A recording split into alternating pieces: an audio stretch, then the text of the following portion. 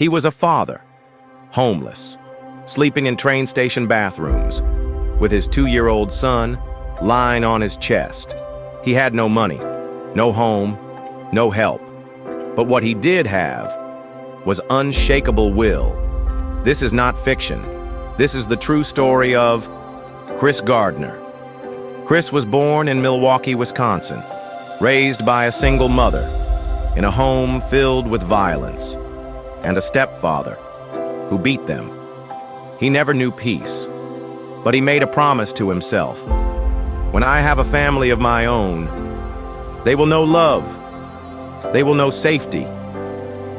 As an adult, he tried selling medical scanners, but the business flopped. He fell behind on rent. His girlfriend left, and suddenly, he was a single father with a toddler to raise and no income. He was broke, living on the streets of San Francisco. But every morning, he'd put on a suit, walk into interviews, and try again.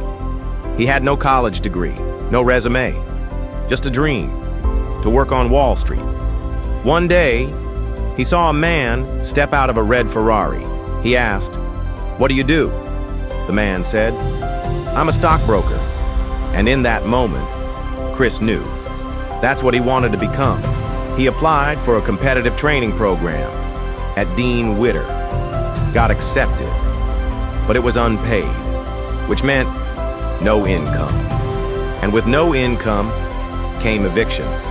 He and his son had nowhere to go. They slept in motels when he could afford it, shelters when he couldn't, and some nights in the bathroom of a subway station, he'd lock the door behind him, wrap his arms around his son, and whisper, "It's gonna be okay." But even then, he never missed a day. Chris showed up to work early, left late, studied stock charts at night, using whatever books he could find. While others went home to hot dinners, he went hunting for shelter. But here's what's wild. Out of 20 interns in that unpaid program, Chris was the only one offered a full-time job. And just a few years later, he became a stockbroker.